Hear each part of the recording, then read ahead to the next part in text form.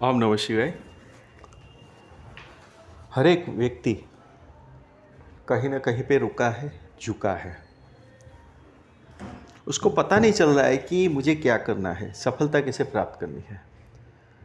इस बात को आप आध्यात्मिक पॉइंट ऑफ व्यू भी ले सकते हैं, या आप जहाँ पे रुके हैं वहाँ से आप इस बात को समझ के, सुन के अपने हिसाब से आपको काम करना है। तो मुझे पक्का विश्वास है कि निश्चित रूप से सफलता मिलेगी। जनरली क्या होता है, हम जब किसी गुरु या अपने किसी कोई भी जिससे हम रिस्पेक्टिव है, यानी कि जिससे हम ज़्यादा इंस्पायर्ड है, उसको हम मिलते, उसको बहुत हम ध्यान से सुनते हैं, उसको हम जानने की कोशिश करते हैं। और शास्त्र में भी यही लिखा है कि जो गुरु करते हैं या जो भी हम रिस्पेक्टिव पर्सन है, उससे वो जो करते हैं, वो जो कहते हैं, हमें उसका आबेहूब फॉलो अप करना चाहिए।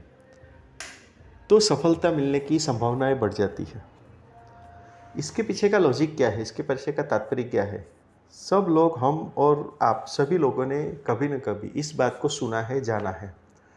पर देखिए, होता क्या है कि हर एक चीज़ की सफलता और असफलता के बीच में एक माइक्रो हेयर, यानी कि बहुत ही छोटी सी संभावनाएं है, जिसकी वजह से आदमी सफल या असफल होता है। सफल या असफल का ही आप उदाहरण ले लीजिए, तो आगे अगर अ लग गया तो असफल हो गए, अ को निकाल दिया तो सफल हो गए। तो यहाँ पे कहने का तात्पर्य क्या है? कहने का तात्पर्य एक ही है कि कोई भी गुरु हो, वो क्या कहता है कि मुझे सुनो, मुझे समझो, मुझे फॉलो करो, यही बात कहते हैं। वो आगे का सेंटेंस जो है वो नहीं बोलते, या तो वो सेंटेंस जो है वो आपको अपने हिसाब से समझना है। सपोज करो कि मैंने आपको बोला कि आप मुझे सुनो, या आप मुझे सुन रहे हो, ठीक है। आप मुझे क्योंकि आप सुन रहे हो तो मुझे समझने की भी आप कोशिश कर रहे हो, उसमें कोई दो राय नहीं है।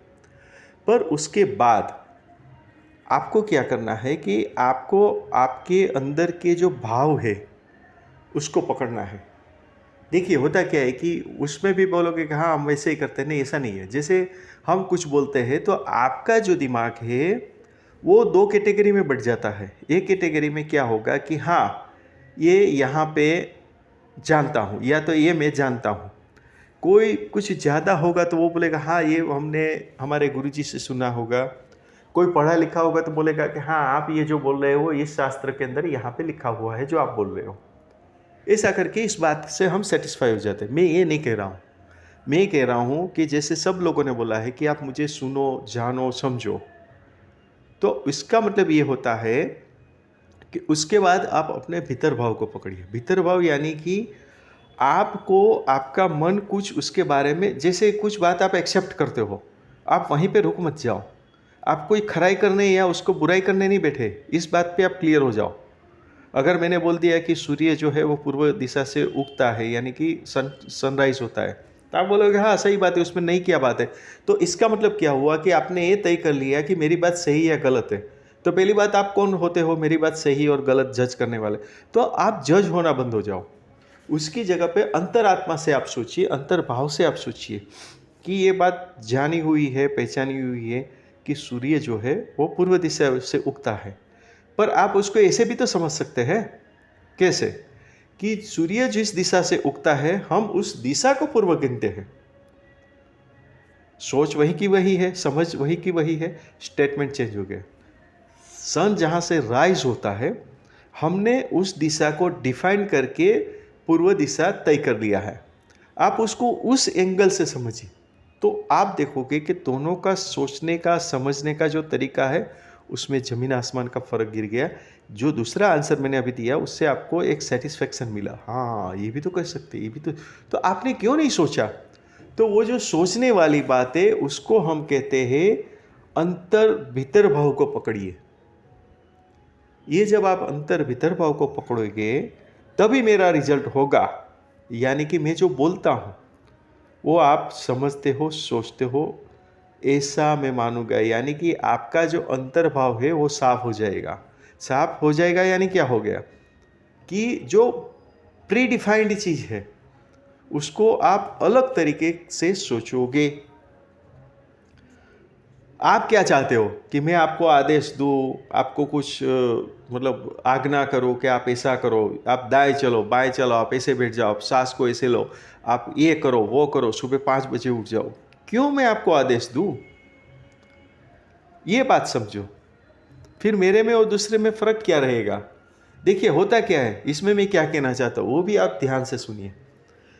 मैंने क्या बोला कि मैं आपको आदेश दूँ, जैसे सब लोग आदेश के लिए तैयार होते हैं कि हाँ गुरुजी आप आदेश दीजिए। मैं आपको क्यों आदेश दूँ? आदेश से क्या होगा कि एक स्पेसिफिक जो लय है उसमें आप ढल जाओगे। मैंने आपको बोल दिया आप सुबह 6 बजे उठ जाओ या 5 बजे उठ जाओ, तो एक ऑर्डर हो गया। आप ऐसा सोचोगे कि भाई गुरुजी ने बोला है इसलिए मुझे 5 बजे उठना है। नहीं, इस बात को आपको ऐसे लेना चाहिए। होता क्या है कि इसमें आप ये ढलान में घुस गए कि भाई गुरुजी ने बोला है कि 5 बजे उठ जाओ, ठीक है। तो फिर आप यहीं पे रुक गए कि भाई गुरुजी ने बोला है इसलिए उठना है। तो आपका जो अंतर्भाव है वो वहाँ पे धीरे धीरे उसकी आवाज़ सुनना, सोचना, समझना खत्म हो जाएगा। यानी आप उतना ही करोगे जितना मैं कहता हूँ। मैं ऐसा नहीं चाहता। मेरे और अन्य के लोगों के बीच में यही डिफरेंट है कि सपोज़ करो कि मैंने ये बोला कि सुबह 5 बजे आप उठ जाओ। तो आप ये सोचो कि हाँ, मुझे सुबह 5 बजे उठना है, बस। तो आप सरप्राइजिंगली देखोगे 2 या 3 दिन के बाद आपका जो सबकॉन्शियस माइंड है जब उसको ग्रैब कर लेगा तो वो आपको सुबह 5 बजे अपने आप उठा देगा। ना आपको घड़ी की ज़रूरत है, ना अलार्म की ज़रूरत है। बस यही तो है। ये काम आपने कर लिया, एकदम छोटी बात है। एक बार ये करके तो देखो। अगर ये बात आपने कर लिया तो समझ लो कि आपको मैं जो कहता हूँ वो आप अपने तरीके से समझ गए। मैं कई बार कई बड़े बड़े लोगों से मिला, उससे भी यही बताया कि कुंडलिनी कुंडलिनी कुंडलिनी। भाई कुंडलिनी के बारे वो कभी और बात के बारे में उस डिस्कशन करेंगे, उस चर्चे के मुद्दे के बारे में। सपोज करो कि मैंने एक मुद्रा बताई, या वो मुद्रा ऑफकोर्स वो शास्त्र के हिसाब से होगी या बुक्स में लिखी होगी, तो कहीं ना कहीं आपको मिल जाएगी। मैं ये नहीं कहना चाहता, मैं ये कहना चाहता हूँ कि सपोज करो कि आपके पास साइकिल है, मेरे पास बाइक है, तो आप कितना भी ट्राई करो साइकिल बाइक की स्पीड से नहीं चलेगी। तो कुंडलिनी का भी यही हाल है। कुंडलिनी का जब हम बात करते हैं तो उसमें ये दिक्कत आती है, उसकी कैपेसिटी नहीं देखी जाती। तो यही बात मैं ये समझाना चाहता हूँ कि जब कोई भी आदमी आपको कहता है जो आप अपने हिसाब से करोगे, उसकी अलग सोच से करोगे, तो मुझे विश्वास ही नहीं, पक्का पक्का आपके ऊपर एक भरोसा है कि आप उस बात को उस लेवल तक समझ लोगे या उससे भी ज़्यादा समझ लोगे, और उसमें आप सेट हो जाओगे, कंफर्टेबल हो जाओगे, जिसको हम अंतरात्मा का भाव, भीतर का भाव बोलते हैं। कोई भी मार्गदर्शन है, कोई भी गाइडेंस है, या कोई भी जब गुरु जो है वो यही बात कहता है, पर हमें सोचने की, समझने की, जो भीतर भाव की जो शक्ति है ना, वो हम ख़त्म कर देते हैं। उसने जो बोला वही सही है, वो तो सही है ही, पर वो अपने तरीके से आपको करना है। वो बात आप एकदम से याद रखिए। यहाँ पे मैं क्या कहना चाहता हूँ कि आप मुझे सुनो, आप उसको समझो, आप उसको जानो, ठीक है। वो जान लिया, सुन लिया, समझ लिया, उसके बाद आप एक ही काम करो, और वो क्या है कि आप उसमें क्या बदलाव कर सकते हो जो आपके हिसाब से कर सकते हो, ठीक है। आप अपने हिसाब से करिए। जैसे एक रेसर है, दौड़ लगाता है, तो 100 मीटर्स दौड़ है वो सपोज करो 1 या 1.5 मिनट में कंप्लीट कर लेगा। आप आज ही चालू करोगे तो क्या कर लोगे? नहीं कर सकते ना। उसी हिसाब से कोई भी आदमी बोलता है कि हम 100 की स्पीड से जा सकते हैं, तो आप ये सोचो कि यस, ये संभावनाएं है, मुझे भी जाना है, पर मुझे अभी शुरू करना है। तो वो इसी हिसाब से आपको अपना जो शरीर है, आपका जो अपना अंतर्भाव है, वो उस हिसाब से आपको गाइड करेगा, और वही हिसाब से आप सफल भी होगे। तो मैं यही कहना चाहता हूँ कि आप जो है हमारी आवाज़ को आप धीरे धीरे जानो, परिचित करो। वही आवाज़ को अंतर्मन, आपका जो अंतर्मन है उसको जानो, पहचानो, समझो, और उसके बाद आप उसको फॉलो करो।